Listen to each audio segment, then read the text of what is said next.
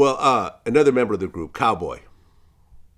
Now, Cowboy was the one who invented the term hip hop. Yeah, yeah, absolutely. Okay, and I guess he was teasing a friend of his from the army. Yeah, it was a guy called, his name was Mike, but his nickname was Kokomo. And he was getting ready to go to the army. And, and Cowboy started doing the little cadence, hip hop. And he just, hip hop, hip hop. And then it kind of caught on with people.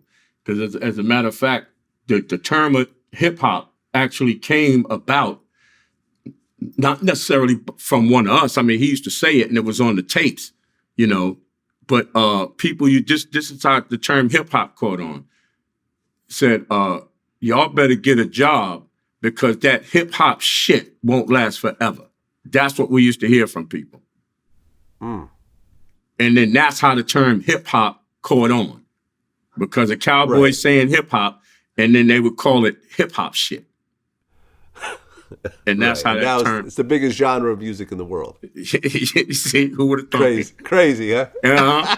Who would have thunk it?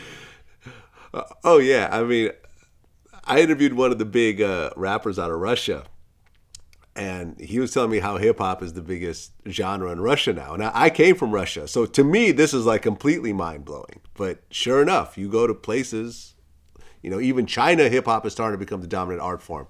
Yeah, I mean it's just crazy how it just came from a little mocking term like that. Yeah, but we see what it all boils down to is the expression. And any other kind of music, you got to be an expert in order to express yourself through the music. You know what I mean? Even with R&B singing, you got to be able to somewhat sing to be successful at it. With hip hop, all the rules don't apply. You could be a shit rapper and you could be successful. So that's and that's the beauty of it because it's a blessing. So everybody's blessed. You know what I mean? That's the beauty of it. I never thought that. I thought what we was doing would be like any other genre of music. You'd have to be an expert in order to be able to do it. But with hip hop, it's not. It's not like that. It's you could be. You could sound like shit. You could look like shit. You could be the most no talented motherfucker in the world. You make the right record, top dog.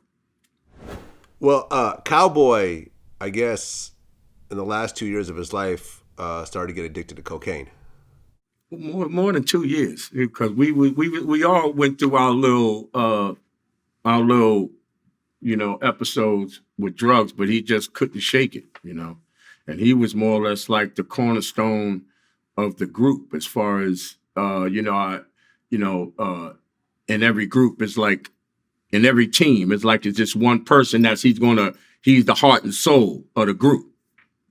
And Cowboy was the heart and soul of the group. He was, the most naturally talented. I had to, practice, I don't know how many hours just to keep up with him. I mean, me starting to work out, he was, used to do his push-ups and I'd do push-ups and, you know what I mean? But he was, the strength of the group, the backbone of the group. But, when he got hooked on drugs, and he couldn't shake it, and I seen him, go from, a big, strong dude to after a while, it's like, and, I've had a lot of experience with dealing with people that's hooked on drugs. After a while, you got to walk away from them, because you could get addicted. See how drugs is, you can get addicted off somebody else's addiction. I'm not going to rock with you like that. I know a lot of people that was like that. I'm not going to get addicted off your addiction. If you're going to do it and you ain't going to stop, I can't stop you. And after a while, I'm not going to want to stop you because, like I said, now I'm addicted on your addiction for trying to stop you from doing something that you're not going to stop doing. Well, he ended up dying of a drug overdose in '89. Yeah. I mean, fairly, a few years after everything was blowing up and everything else like that. When you heard about the news of him dying, how'd you feel? It was one of the worst days of my life. I mean, he was, like I said, I mean, if he would have still been alive, we could have, even though the group broke up and Flash was doing his own thing, if Cowboy would have still been alive, we could have probably still made a push, because he was that much of he was that important as far as the Furious Five go. He was that important to the Furious Five. So without him, we got 4 guys, but it's not the Furious Five. And we couldn't really climb back. It would have been hard to climb back anyway, because the paradigm of the game was changing. But it was almost impossible to climb back, after he passed away.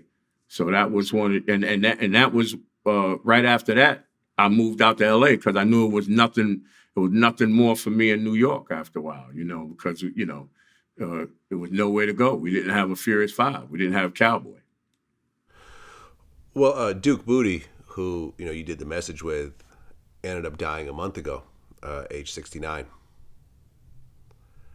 Another loss. Yeah. At the end of the day, it's just like how people say, you gotta, because life is a weird thing. You could live a shitty life, but if you only have one more day left, you look at that shit different. You know what I'm saying? So you got to take it for what it is. Things could have worked out a lot different for me in my life, but at the end of the day, I'm not saying I'm content or satisfied, but we did the best with what we had. No story in the world could end up the way it is, other than hip hop. From the way it started to all the people that added on to the story as the days go by, and it's a beautiful story, and it's an American story. Like people try to look at it. Oh yeah, it's from the hood, and we. It's not necessarily we. It started with 3 crews, but that could only happen in America. For it to come from nothing to now, you got people all over the world that's using hip hop as their voice. The only thing that throws me off is that you got a lot of these young dudes, and they could say anything they want to say, and then it comes down to what's going on.